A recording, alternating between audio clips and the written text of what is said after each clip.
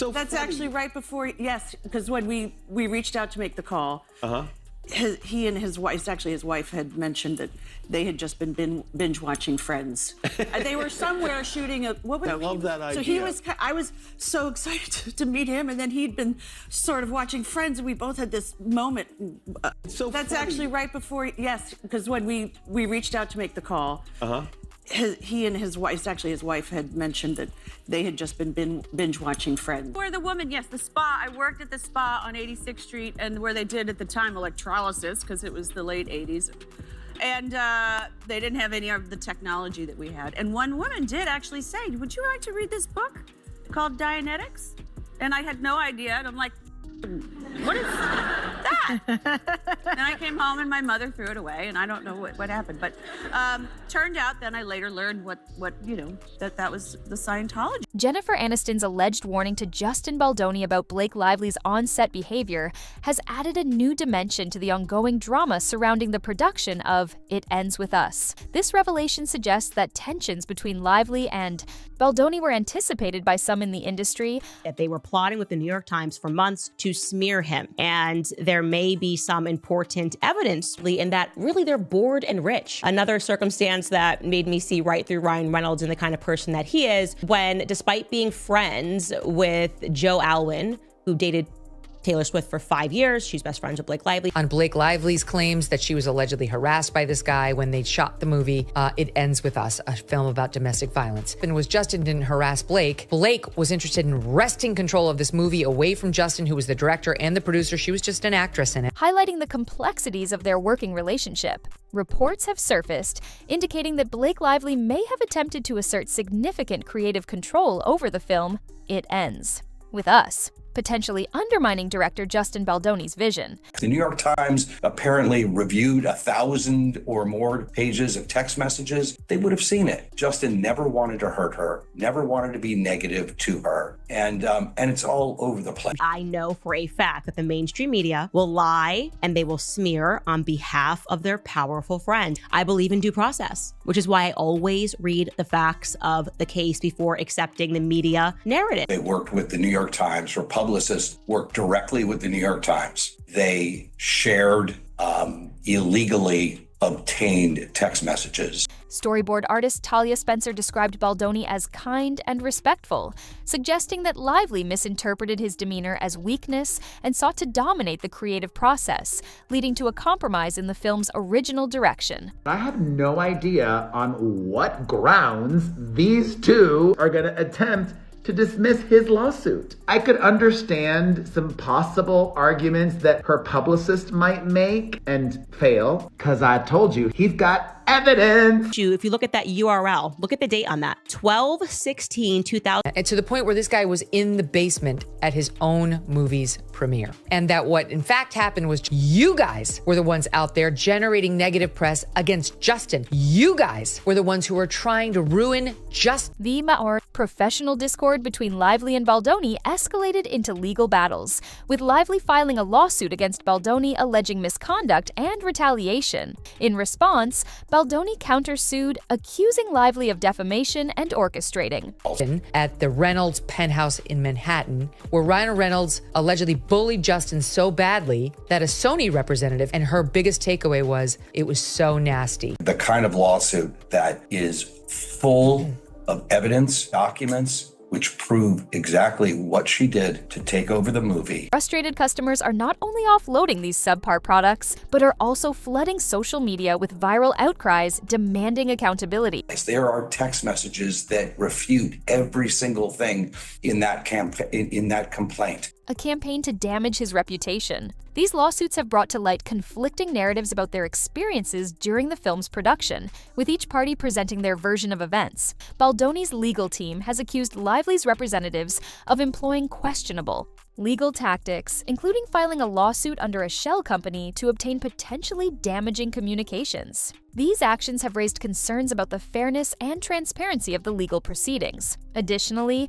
Baldoni filed a lawsuit against the New York Times, alleging that the publication pushed Lively's narrative while ignoring evidence. That could dispute her claims. The fallout from the It Ends With Us drama didn't just play out in court filings and cryptic statements. It exploded across social media, red carpets, and Hollywood back channels. What began as a slow simmer of behind-the-scenes tension eventually became one of the most talked-about public implosions in recent memory, dragging fans, influencers, journalists, and even co-stars into the spectacle. First came the unfollows. And in Hollywood, that's not just petty, it's symbolic. Author Colleen Hoover, whose best-selling novel the film was based on, quietly unfollowed Justin Baldoni on Instagram. That one move sent shockwaves through the fan base. Hoover had once called Baldoni the perfect choice to bring her story to life. So when she suddenly distanced herself from him online, speculation exploded. Was she siding with Blake?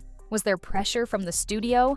Had she been blindsided by how the film was handled? And she wasn't alone. Several cast members also appeared to unfollow Baldoni, sparking theories about internal drama during filming. The digital cold shoulder didn't go unnoticed.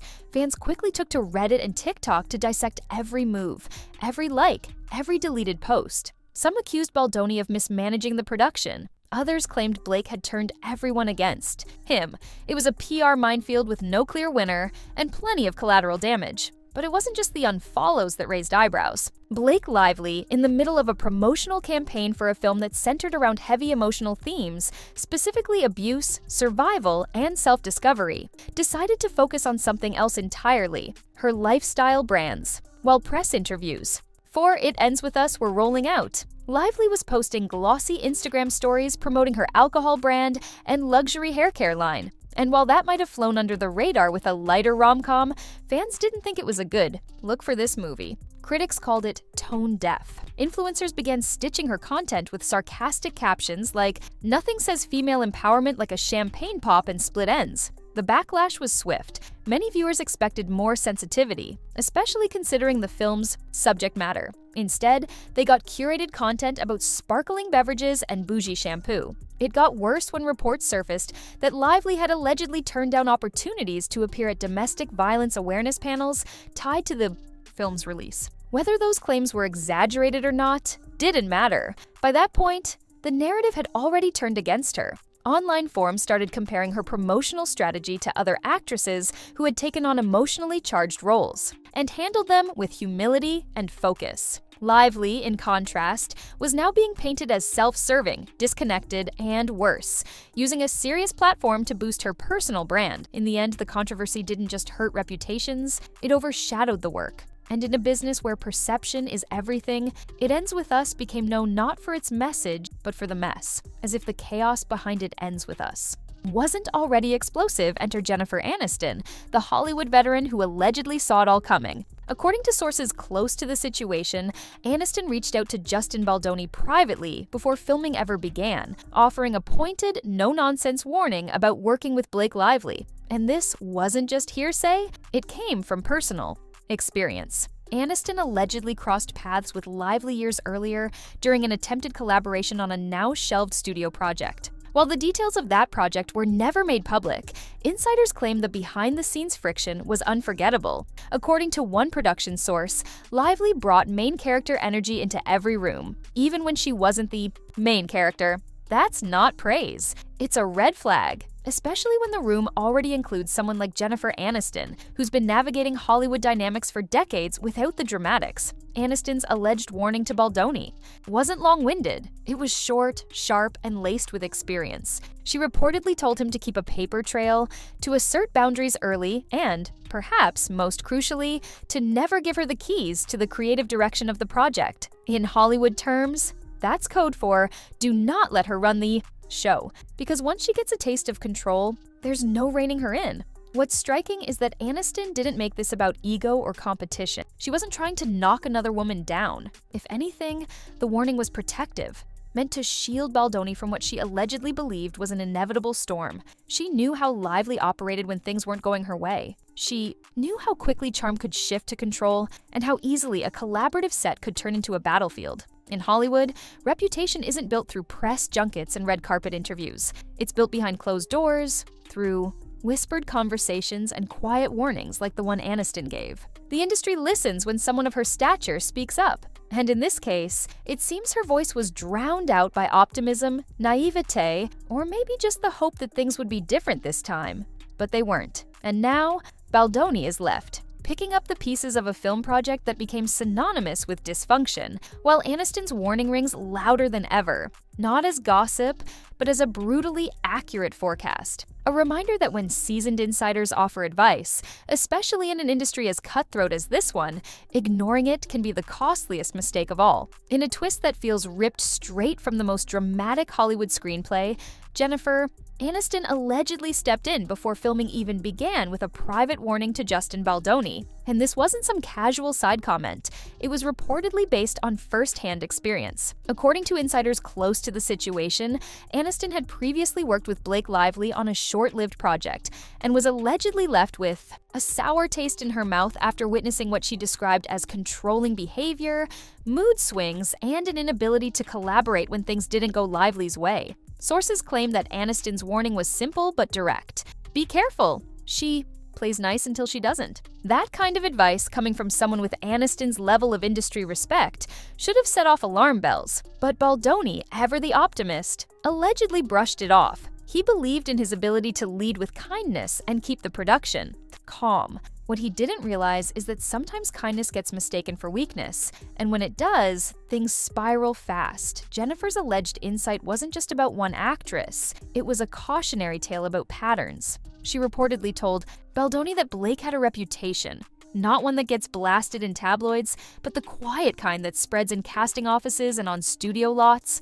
the kind that starts with "she's talented, but" and ends with "let's go with someone easier to manage." And now, looking back at how the entire shoot fell apart, creative tension, public blowups, and lawsuits, Aniston's words feel less like gossip and more like foreshadowing. In Hollywood, reputations are built in whispers and torn down in headlines. And this alleged warning might have been Baldoni's chance to avoid the storm, if only he had listened. The fallout from this feud isn't confined to one set or one script. It's bleeding into the future of everyone involved. For starters, the sequel to It Ends With Us, once positioned as a surefire hit, is now hanging in limbo. Studios are allegedly hesitant to greenlight production without massive behind-the-scenes restructuring. And with the current legal battles still ongoing, there's real concern that the drama might overshadow any future release. Streaming services, which had previously expressed interest in picking up the rights to expand the It Ends With Us universe, are now allegedly backing off. Executives don't want the baggage. Some have even labeled the project toxic IP, not because of the story, but because of the off-camera chaos that's become synonymous with it. Blake Lively's career trajectory is also facing new challenges. While she's long been a fan, favorite, and a red carpet darling, insiders claim that studios are reevaluating the cost of working with her. One source from a major studio reportedly said, "You want to believe the headlines are exaggerated, but when multiple directors and producers start saying the same thing, you have to ask yourself if it's worth it." She's still talented, still beautiful, still capable of drawing attention. But in this industry, attention isn't always a good thing, especially when it comes with controversy. Her alleged involvement in altering the vision of a project, clashing with a director, and then engaging in a messy public spat has sparked concern in the types of boardrooms where futures get decided with a single email. And then there's Baldoni. While many view him as the wronged party, he's not immune to the collateral damage. Some question whether his leadership style, soft-spoken, collaborative, idealistic, can survive in an industry that often rewards control and aggression. Even though many admire him, there's a quiet fear that his association with the controversy could make studios cautious about attaching him to high-stakes projects in the near future. In the end, the impact is clear. What started as a film adaptation about resilience and healing turned into a cautionary tale for the entire industry. A reminder that no matter how promising the project or how famous the names attached, unchecked egos and behind-the-scenes drama can sink it all before the cameras even finish rolling. The escalating feud between Blake Lively and Justin Baldoni has gone far beyond just a creative clash on set. It's become a full-blown case study in how Hollywood deals with power struggles, blurred boundaries, and unchecked egos. When Jennifer Aniston allegedly stepped in with a quiet warning to Baldoni before filming even began, it wasn't random. It was the kind of behind-the-scenes whisper that only comes from experience. Aniston, a seasoned actress who's navigated decades of industry chaos, allegedly saw something coming long before it unraveled. And now, her warning feels less like gossip and more like prophecy. What started as a passion project turned into a battlefield. Baldoni, who had long been praised for his empathy-driven directing style, found himself steamrolled by an actress who allegedly treated the set like her personal stage. And when the production crumbled, instead of finding resolution behind closed doors, it all spilled into public court documents, press leaks, and headline-grabbing smear campaigns. Now, reputations are hanging by a thread. Blake, once seen as a bankable and beloved star, is allegedly being reassessed by studios. Quiet conversations in boardrooms are happening, and her name isn't bringing comfort, it's bringing hesitation. Sources have hinted that her involvement in future big-budget films might require extra insurance premiums and creative oversight. Not because she lacks talent, but because the drama she allegedly brings isn't worth the box office gamble. On the flip side, Baldoni isn't exactly untouched either. While many have come to his defense, especially in light of the leaked messages, showing his attempts to keep the production peaceful, others argue that he may have been too passive, too trusting, mistaking diplomacy for direction. And in Hollywood, that kind of misstep can be fatal for a career behind the camera.